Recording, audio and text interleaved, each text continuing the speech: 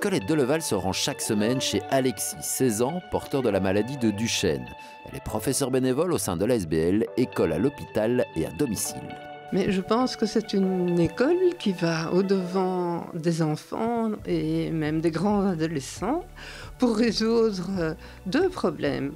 À la fois le maintien de leur éducation scolaire, mais aussi le lien. Parce que souvent, ces enfants sont privés de leur lien avec les enfants de leur âge. Et pour moi, je trouve que ça, c'est le plus important, finalement. L'ASBL, aussi appelée EHD, offre à tout enfant malade un soutien scolaire continu durant le temps de sa maladie.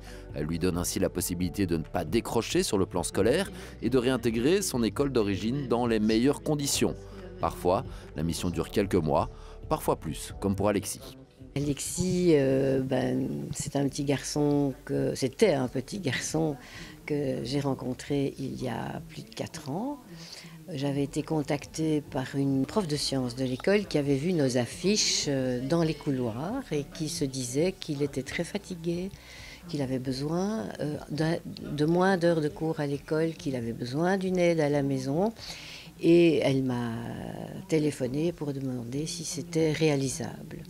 Ça m'apporte le fait que je continue à avoir une vie scolaire normale et aussi permet d'avoir, dans un sens, des contacts avec des gens parce que dans la journée, j'ai pas vraiment contact avec vraiment des personnes. Apprendre malgré la maladie, une mission portée par 400 professeurs, tous bénévoles sur Bruxelles et la Wallonie.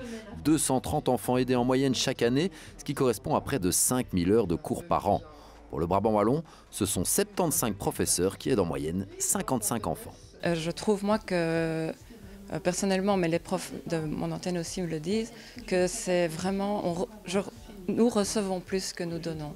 Et c'est vraiment le feedback de chacun des professeurs, c'est de se dire « Waouh, qu'est-ce que j'ai reçu, quel jeune enthousiaste, malgré la maladie, il en veut ». C'est un beau cadeau, je dirais.